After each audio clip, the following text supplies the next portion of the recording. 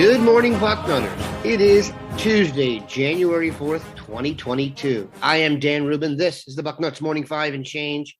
If it's Tuesday, that can mean only one thing. The sun is shining for our first show of 2022, and Duane Long is here. Duane, how goes it? Oh, I'm still smelling the roses, man. So I'm good. Let's start with that. We're going to have a complete show today. First, we're going to look back at the Rose Bowl. We're going to talk recruiting. We're going to let you know what's going on at the All-America Bowl down in Texas. And then we're going to take a quick peek at next season. But let's start by looking back, Duane. Ohio State emerges victorious in the Rose Bowl 48-45. There are times when an offensive explosion of record-breaking proportions is done in a blowout. This was not the case. Every single point and yard was needed. As we sit here several days after the game, how are you feeling about the Rose Bowl? Oh, I'm just still pumped about it. I have been looking on YouTube for a condensed version of the entire game to watch again. I haven't seen it yet.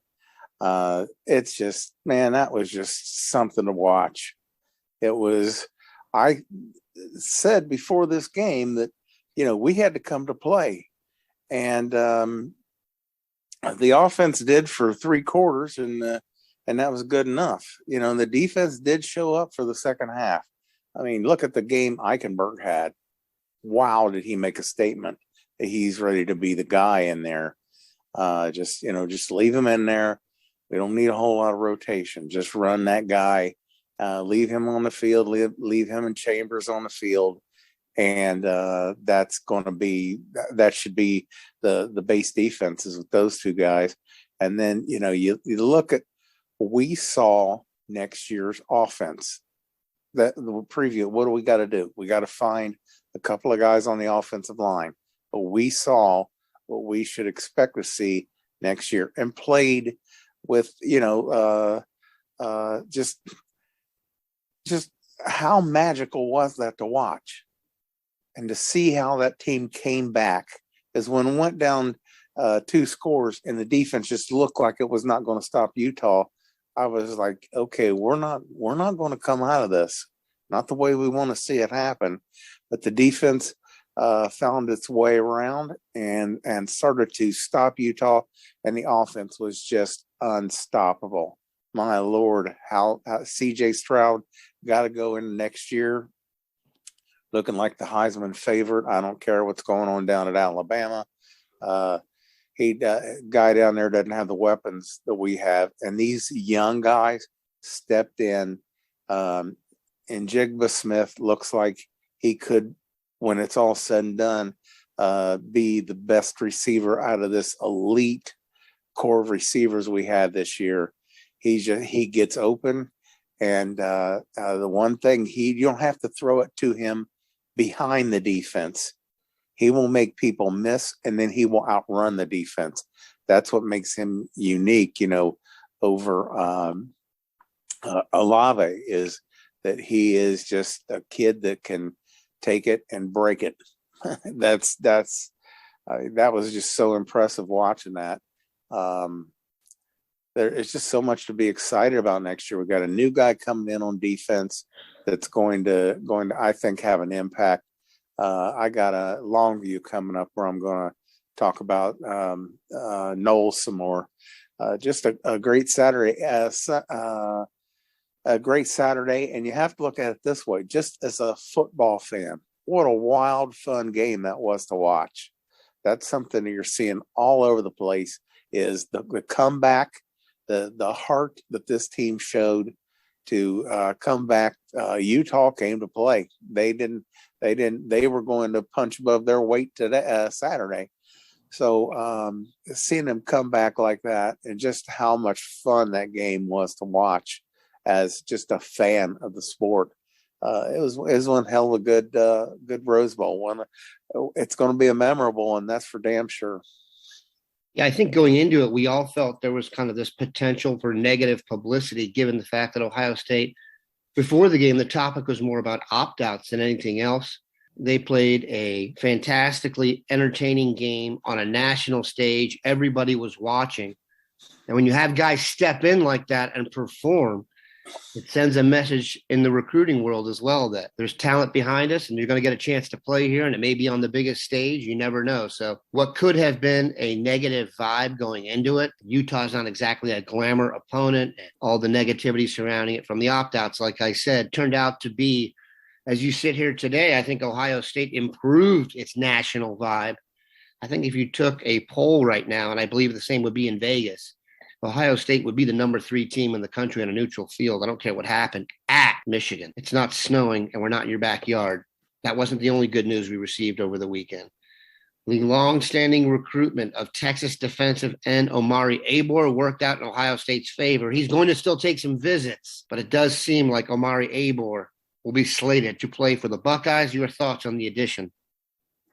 Well, I guess that my feeling is now, my big concern is keeping him now.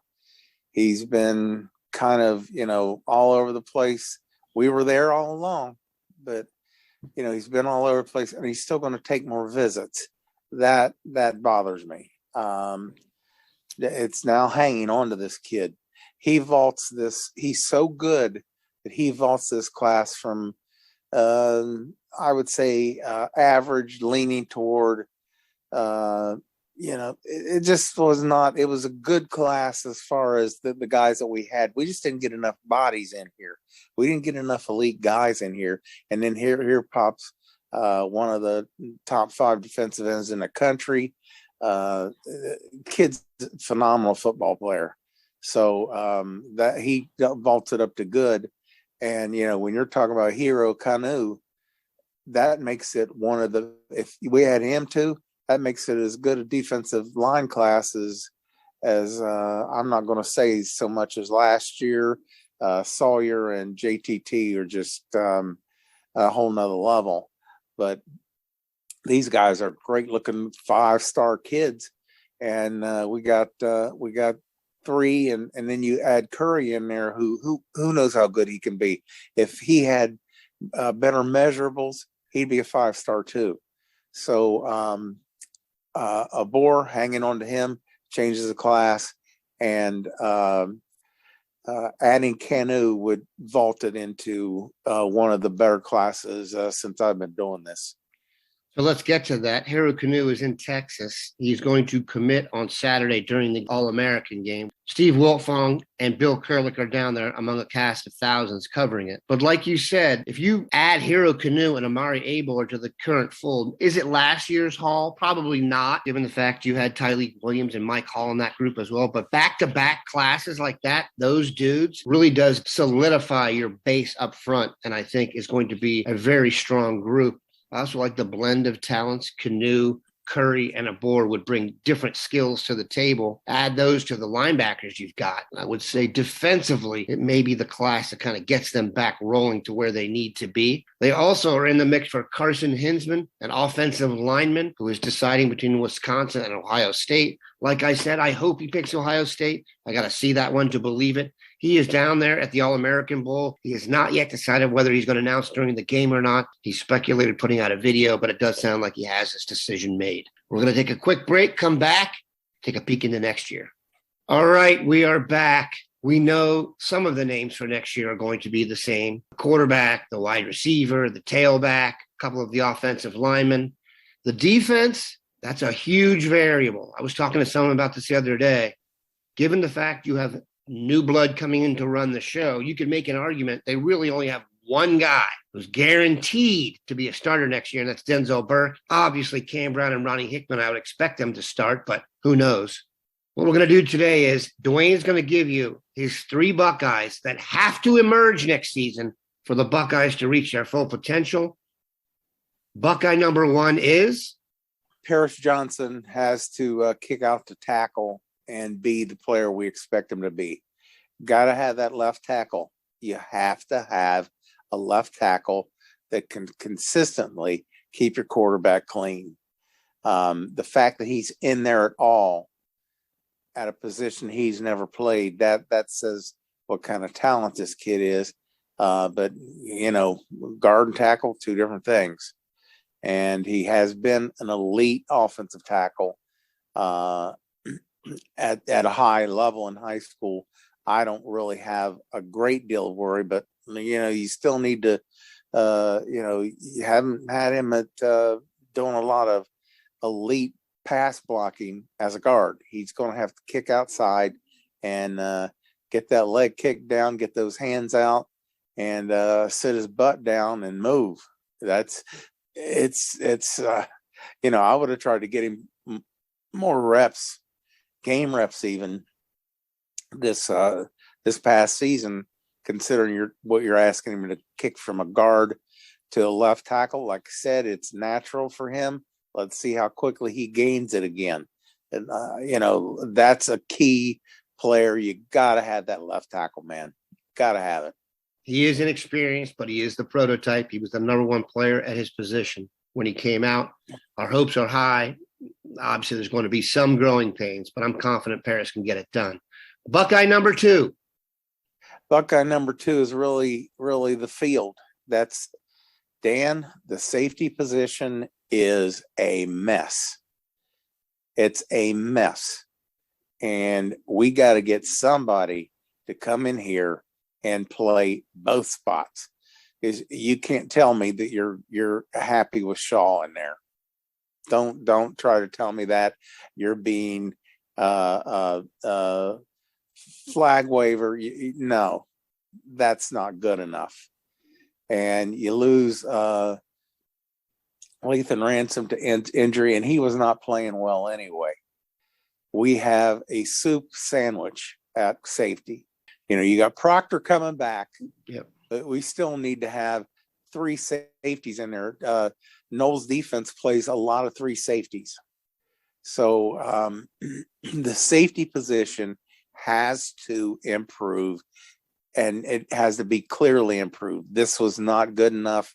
It was part of the problem this year. Safety has been an ongoing problem.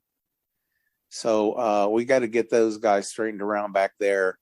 And that last line of defense, we haven't had. Proctor was good, but the last time we were really outstanding at safety is when Fuller was back there. So that's too many years. We got to improve that situation. As a quick aside here, a player we did not appreciate enough when he was here was Jordan Fuller. I was watching the football game over the weekend. He is literally the leader of the secondary on the Rams. There was a fight between Taylor Rapp and Jalen Ramsey, and Ramsey was explaining himself to Fuller afterwards. So very impressive. That guy was wise beyond his years, and one of those Buckeyes we didn't appreciate enough when he was here. But I digress. Don't be surprised to see the transfer portal used to fill those spots, or at least create some competition in the back. There's some pretty well-known names in the portal. All right, let's finish with Buckeye number 3. I agree with you on the portal. We may have to go that route. As the options we have are ones that we are not happy with, and a bunch of young guys. So that's definitely something I think we need to keep an eye on. Number 3 is going to be, again, the field tight end. Who's going to be the tight end here, Dan? I don't know who's going to be the tight end. I didn't see enough. We didn't see enough of the only tight end I remember seeing on the field Saturday was Ruckert, and he's going to be wearing a different uniform next year and playing on a different day. We've got I've got Stover now. Look, he's like he's in there most of the time on defense, and he's really nice fit for that jack position. There are a number of guys we have that are there. That guy's got to be big enough to play with his hand in the dirt a lot, but he's also got to be athletic enough to move around like a linebacker because he's going to be playing some linebacker. He's one of a number of candidates. I don't know if we're bringing him back over to offense, so that leaves the tight end spot wide open. We got to deal with that. I got more to say on that, and that long view I'm going to be putting up. Who's going to step into that role? Who's going to be the guy that can help block on defensive ends? We got those are some holes that got to be filled, and the names are Well, names are ones we're not really familiar with at either tight end or safety. So, we're familiar with G. Scott because of him being a wide receiver that was an elite group of receivers that came in. But that's about where this ends. We don't know what we got. So those three spots with Johnson kicking out to tackle and some safety emerging and some tight end emerging, you have to think the coaches have an idea if they're just going to take their projected starter tight end next year and move him to linebacker just like that. So they must have some idea what they want to do, but we haven't seen it. So those are the spots I think we need to fill. Those are the big questions that I have in my head right now. There will be tons of questions asked about next season, and we will try and answer as many as possible. Keep it locked in here, Bucknutters. We have guys down in Texas at the All-American Bowl. Steve Wiltfong, Bill Kurlick. Complete coverage up until the game on Saturday, when you're going to find out where Hero Canoe is going. We might find out where Carson Hinsman's going. It'll be a thrill a minute. Keep it locked in. We appreciate Duane stopping by. Have a good one, Bucknutters.